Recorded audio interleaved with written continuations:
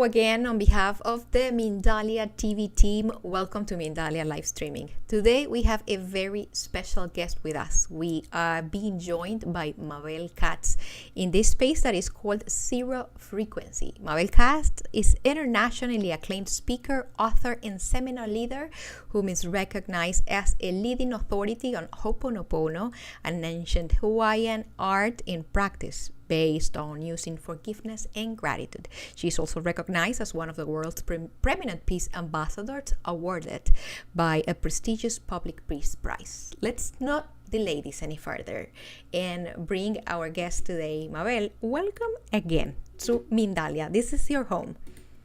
Hey, Mirna, it's beautiful to be here with you. Thank you so much for inviting me back. It's our pleasure. We are going to be talking today about zero frequency, and I'm not afraid to say that I am not completely sure about what zero frequency is about. I understand it's part of Ho'oponopono, and but I don't think I'm very familiar with the term. What do you refer to with zero frequency? Well, this is a good start because I'm here to share with you. Yes, zero frequency is actually my trademark, and it's something that I created because when I did the seminars before in my other lifetime, remember when we used to do seminars and events?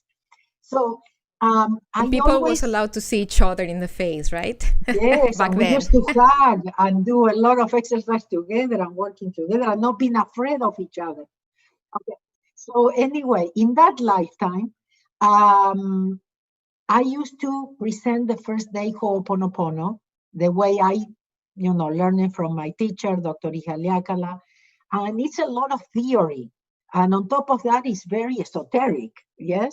And it's actually a training for the subconscious mind more than the intellect, yeah? So it's not about understanding anything, it's about allowing, and feeling, and if it resonates with you.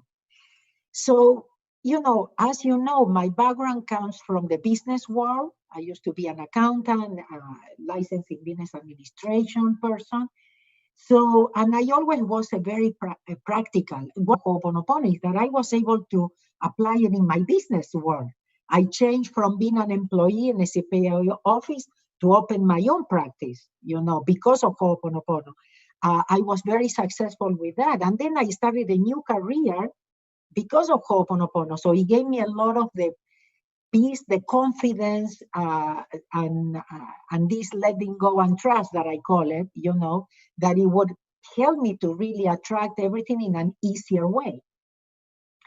So I created a second day of trainings where I call it, since 2010, I call it Zero Frequency, with the idea of giving you more experiences, to do a training more for the intellect. Because now you have all the tools, you know what to do, but how do you apply it in the day by day? Or, for example, one of the things that also Ho'oponopono helped me was to find my passion, to start a career with no titles, with no diplomas, yes, behind me, that I could do this stuff. So the idea is that how to find your passion for me is very important, and especially in these times that we are living. Find your purpose, why you are here, because you are here for a very important reason. There is something you can do that nobody else can do. So that is very, very important to find out. And if we really want to contribute, to create a better world, it is imperative that we stop working for the money and we start trusting ourselves, trusting our passion, following as a compass, that will open doors for us, and that we all do what we love, because then everybody will have money based on that. So, yes, go ahead. No, I wanted to add to what you're saying. You're saying it's imperative that we start taking care of what, that pulse within us that is I would say that it's no longer inviting us. It probably invited us before to change, but now it's either you change, you redefine yourself, or you're either going to probably perish, because the world we used to live in, it's not existing anymore. And I want to, I'm a like pathological optimistic person. I don't want to necessarily think that it's gonna change for the worst. I like to think that we are in a uncomfortable transition towards something bigger and better, and we have the opportunity of finding out who are we. So you propose zero frequency as a tool, more a mental tool. For me, it comes out great because I've been disconnected to feelings forever. How do I start? How do I align myself or to myself to that zero frequency? What do you mean with it? So I mean to be more conscious, to make different choices in your life from a conscious mind, instead of being robot, like automatic, replaying memories, because life is replaying memories. Unless we change it, it is taking that 100% responsibility. Yes.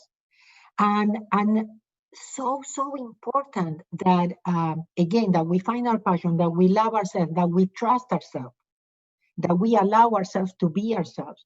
So that zero frequency training gives me the possibility of sharing different processes, different ways to bring yourself to zero, because we are never at zero. But zero is the middle way, like Buddha used to call it. Yeah, no extremes, balance, peace, harmony. Yes. So and you have to bring yourself to that zero frequency moment by moment. So even, my new book that just came up during the pandemic, finally my zero frequency, I've been trying to write it for 10 years.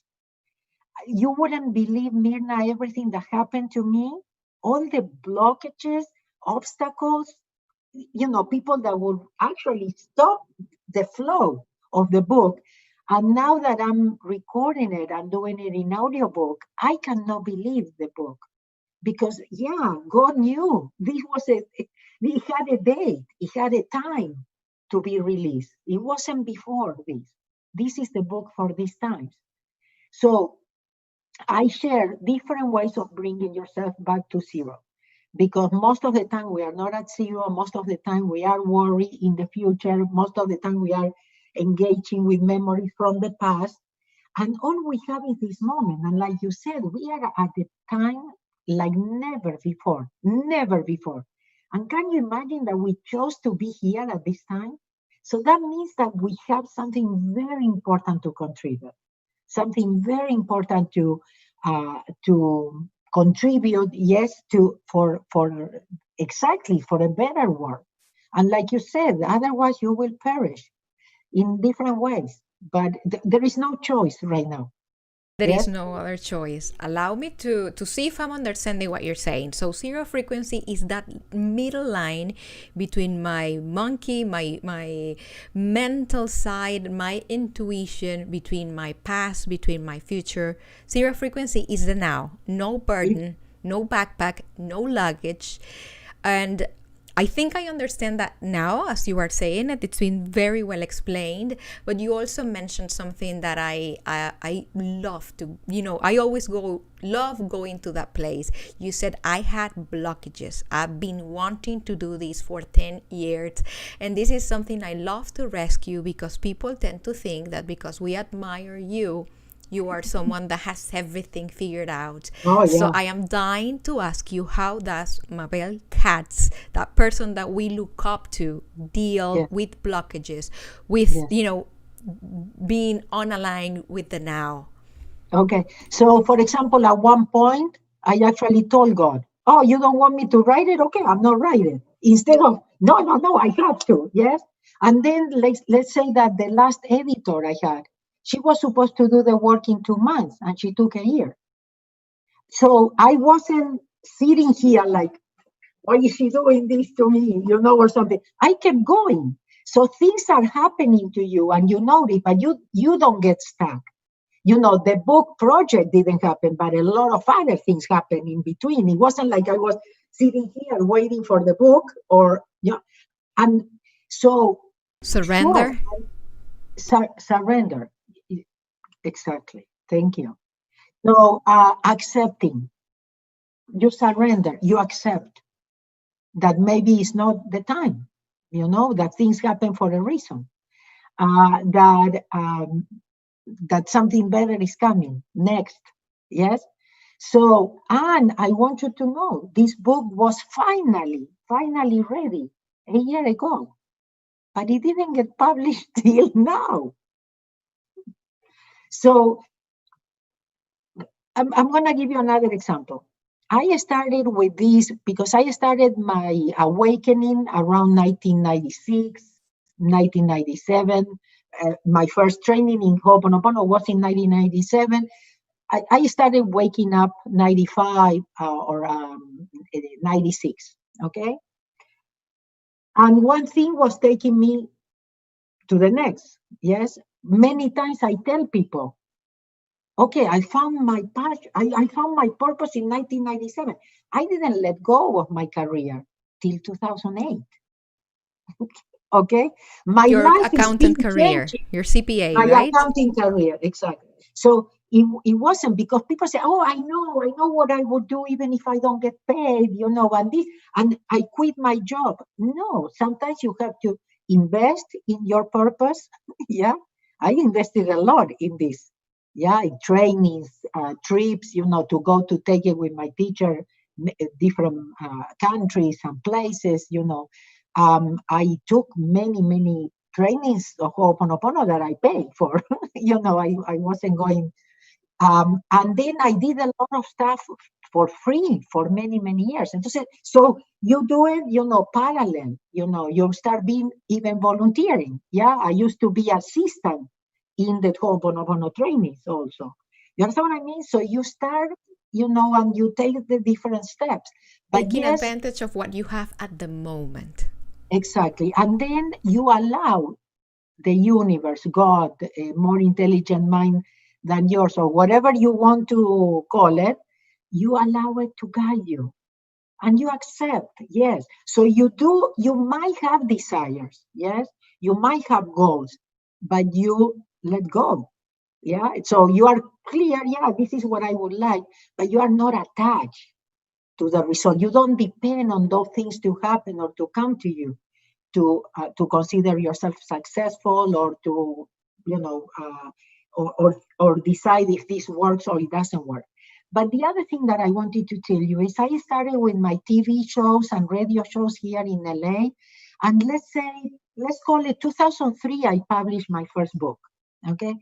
And I used to be first. I was invited to TV shows here for the Latino community, and you know that now when I meet people from that time that used to interview me, she says, Mabel, when you used to come to the show, I didn't understand anything of what you were saying. So it is like sometimes I feel that I'm ahead of the time and the universe have to, because that's the way I am. I always was like this. So and I'm not different now. No, I can't help but wonder if maybe the knowledge that you were sharing, what was coming to you, was probably not vibrationally in sync with the reality we were living back then. Yeah. Well, can you imagine if we still have people that are asleep and they don't even know what is really happening right now and what is at stake right now? So can you imagine? I'm talking about 2000, 2001, 2003. I mean, yeah. Now, right now, there are more people, thank God, waking up, but still a lot of people that are asleep and they don't want to see the reality. Well, I think that we have established about the zero frequency. What is that zero frequency? Where is it? What I want to know now is how, if you can share with us a little bit of what can I do to put myself there? How can I tune myself to the zero frequency? Or how do I, if I dare, detune myself from all the other frequencies? Because if it's zero, I imagine it more as getting rid of everything else, because I kind of feel that I'm already there, but there are things pulling me back and forth towards not being there. Well, that's a great question. What happened is I tell people it's not about, oh, today I've been at zero all day. It doesn't exist. because the memories play all the time, and the universe will give you plenty of opportunities to work on yourself. Yes. So it is that moment by moment, is that being conscious. Okay. For example, I always share that thing about the money, because people always, are with that area that is kind of touchy, sensitive. Yes. Okay. So once I let go of my career, as an accountant, a safe, a stable, career, some income that I was counting on disappeared. Okay, so I'm not counting with that income anymore, and I was already having a lot of employees. So first, my logical mind said, "Oh, you will have to go back to preparing taxes," and that was logical, and reasonable even. But I made a decision, and this is about how you change stations, because we do have, like Bruce Lipton says, 2 stations, So you, as you change channels, other thoughts, other ideas come to you. So the thought that came to me was, hey, God knows how much I need and when. God knows why I'm here and what I have to do. So I decided, I said, I'm not going to worry. So let's apply it to zero frequency. That means that I didn't worry anymore? No, the worry was there. Maybe the fear was there. The thinking was there. But because I was conscious, I realized I was thinking or worrying or engaging with the fears. And then I made a conscious decision to look up and say, I'm not going to worry, like a little child. So in that moment, what did I do? I brought myself back to zero, because otherwise I could go in the roller coaster of the worry, the thinking, how am I going to do it, what I'm going to do, yes? So you is becoming the observer. That is who we are. We had identified with our title, with the money that we have, the house that we live, or the car that we drive, and that's not who we are. We are actually the observer. We have to realize that we are here to learn how to be, not how to have. How to have. You understand what I mean? We are concentrating on things that are not important, and that's what these times, so important times, are teaching us. What you thought it was important is no longer important. Not only not important, but probably not even available. We have been so detached to getting to know who we are, what we want, deep in our feelings, that we've been racing with the neighbor, we've been racing with everybody else but ourselves. How is the difference, or not how, but it is clear that the moment for zero frequency being published was right now. So deeply within you, why do you think that happened? What is in that book that is so applicable to the current situation? I'll tell you the things that I was totally shocked. First of all, I used in the book the word pandemic. Okay. Now I talk about a pandemic of love and peace that can heal anything. Okay, that's exactly what the book says. It says that we can create a pandemic of love and peace that could heal anything. Okay, 1. I talk about homeschooling and how important it is, and how kids could be even happier doing homeschooling. I mean, that was totally ahead of, well, I talk a lot about these kind of things, and I talk about changing humanity. I use the term how we can help to change humanity. I don't know, it was shocking to me. Can I use the word prophetic? Well, you know what? When I see, now what we do in my social media is we choose parts of seminars, yes, and we cut, we edit, whatever, and we share with people in my social media. And that sometimes I see these videos and I say, what am I, a prophet? What I was talking about? It was like I'm talking to them about something coming. I didn't even know what was coming, but I'm so convinced I'm telling them for the times and what is coming, and we have to prepare. And I don't know the things. At this point, I surprised myself.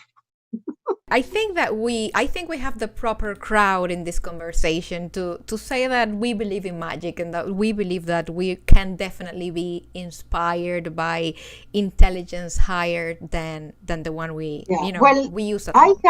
I had made peace, and I recognized that during my trainings and everything, or my talks, I am channeling. I don't know who, but or who or they, could be several or something like that. So I don't have a doubt about that.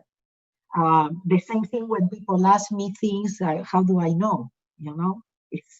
And that's been even from my beginnings. And then I started being more confident, that I could do this.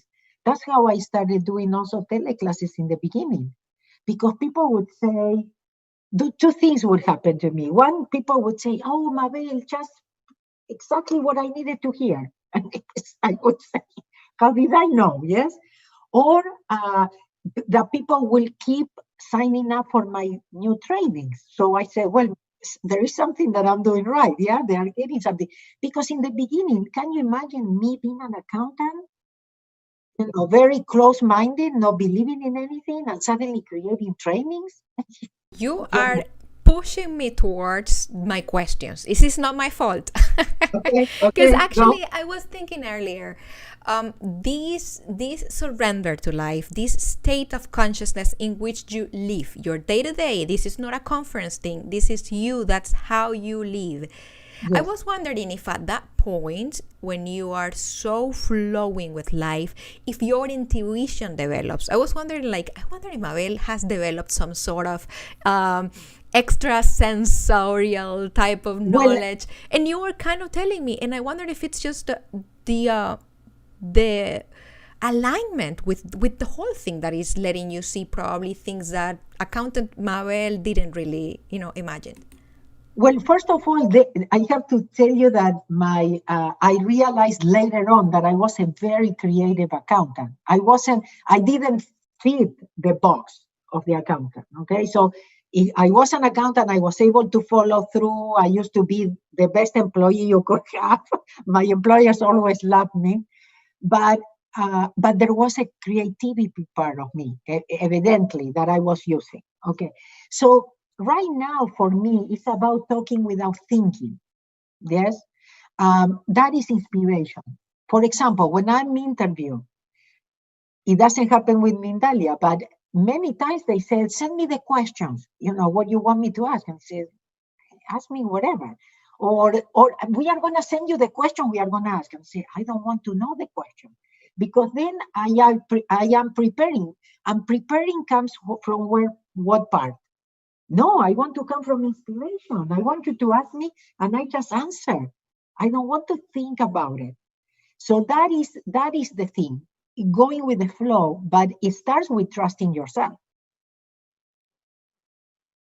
And that is something we lack. We lack a lot of self-esteem. We lack a lot of believing in our talents, our powers. I think it's Marianne Williamson, I guess, that says that the biggest fear of a person is discovering their own light and power, right? Exactly. So the thing is, for example, one of the questions that everybody asks, so Mabel, how did you go from being so close-minded, no believer, to completely trusting, and going with the flow and accepting, and for me, it started by letting go and trusting. I said, I'm going to let go. One of the things that, if you want to call it luck, was that I had a teacher for over 10 years that could see and hear.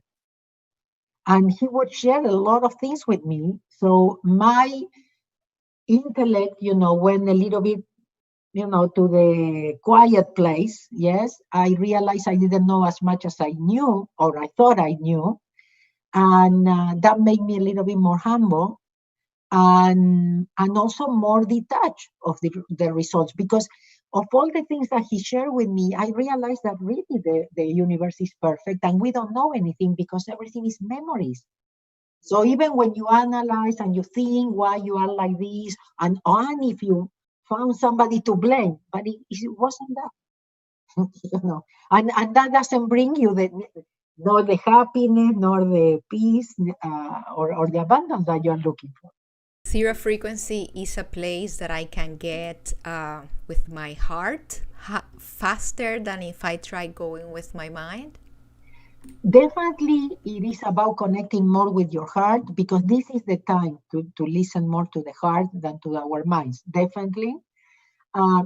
But in zero frequency, I give you ideas because, for example, Ho'oponopono is about repeating thank you or I love you or many other tools that we have. And some people say, oh, I cannot do it. It's difficult. Okay, in that moment, get up and walk. Go for a walk. Hug a tree. Connect with nature. Listen to certain music. Grab a book, that inspires you, whatever. How can we take action? Because the most important is take action. It could be just breathing. Okay, sit down and breathe. Take a deep breath. There are so many things that are so easy and we don't do. Yes, we know them, but we don't do them. So sometimes you have to remind yourself. So once you come back, it's easy to say thank you, I love you, and to keep letting go. But sometimes we are so stuck, we are not even breathing. Okay, and the idea is that you have to breathe, you have to relax. When you have a problem, you have to relax. It's exactly the opposite that we all learn. No wonder we have so many problems. No because wonder we are why. doing exactly the opposite of what we should be doing. Yeah, we're doing exactly what we should be doing to have a longer life, to have a healthy life. And I just want to believe there is a purpose for that, but it's very hard to find it. Well, it's part of the experience. Yeah, the growing up, growing pains. Yeah, I would love to keep you for. But we have questions. We have questions.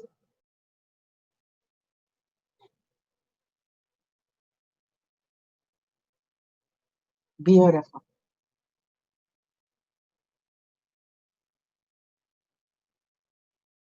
Thank you.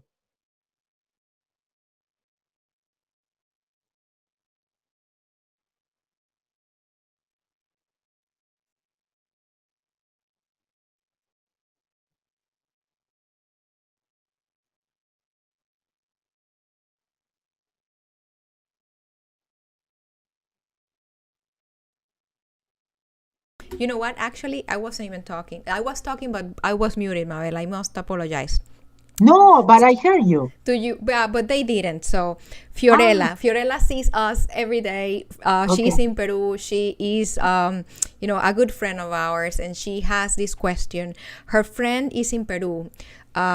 He's lost on the sea in the north of Peru, and she has been cleaning with Ho'oponopono, trying to help in a way. What can we tell her? Okay. So if we really are worried and we really want to help, is God. I give it to you. This is too much for me. I'm going to do my part. I let go and I let God. Yes. I allow God he's not alone. God is with him. If we say he's alone, well, maybe he's. So you have to trust God. In these moments, you have to trust God, and you know that God can protect him and that he will be okay. I think that's the most important. That is the most important thing you can do. Thank you, Mabel. Elsa Camacho. She's also a regular friend of Mindalia. That feeling when you feel like Ho'oponopono, sometimes wanting to cry and sometimes deep peace. What does it mean? Peace and crying. Sometimes the crying comes from longing, comes from, oh, why did I wait so long? Because this is coming back home. So it could even be that. So we don't make it wrong. We observe, we feel like crying, and we say thank you. The thing is, again, when we do Ho'oponopono, we cannot go with a magnifying glass to see if a fly flew or not, around or whatever, or something happens. We have to kind of also observe. That's the idea, yes? To become the observer. Oh, I feel like this, but I'm not that. Yeah, so we have to learn how to put a distance with the things and observe ourselves. And whatever it is, don't make it wrong, because as soon as you make something wrong, you are attached. What you resist persists. Wow. Elsa Camacho, she also has a message for you, Mabel. She says, please, Mirna, tell Mabel that I had a dream about her, about a version that she is telling in her new book, Zero Frequency, about what is going to happen at a certain point to humanity, that angels will come down, masters, ascended masters in Pleiadian, I'm not even sure how to say it, but ships or vehicles. I had that dream exactly as she said later in her book. But I don't remember saying that in my book. I know I'm saying it in my lives now. Okay, but but I don't think I'm talking about angels in my book or anything. But okay. But thank you, Elsa. I like your dream. It is a very nice dream. Edna, she is asking from the US, how can I work on my self-esteem, especially when I feel stuck in life and not know which direction should I take? Well, I would totally work on that. So every time that I'm conscious of that, I said, thank you, but I'm busy. Okay. And you keep going. You cannot keep hurting yourself. You have to give yourself, this is your time. And you cannot afford not to, or to miss the boat or the plane or the UFO, whatever. So please be sure, okay, that you consciously, make that effort not to engage with your thoughts. Because when we say I'm stuck, nobody can do it for us. Nobody will come and, So it is that little effort that we do to override those thoughts or those feelings. And you just take action, even if it's breathing. Take a deep breath. That's taking action. Relaxing, not paying attention to that, not engaging with that. That is taking action. It's doing something. The next question, Mabel, comes from someone that I know you're gonna like the name, Ho'oponopono. She says, thanks, Mabel, for giving us hope when we see around people that see nothing of what we see. This is not a question, it's actually an idea that she's bringing, but it brings me to a question. How do we coexist respectfully with the people that do not share our ideas? We have to accept, Mirna. We have to accept. We have to plant our seeds, but we cannot push. We cannot obligate them. I mean, you have to respect people's free choice. Yeah. So it's just, I even have it with my kids where they think, I became a conspirator and I follow all that.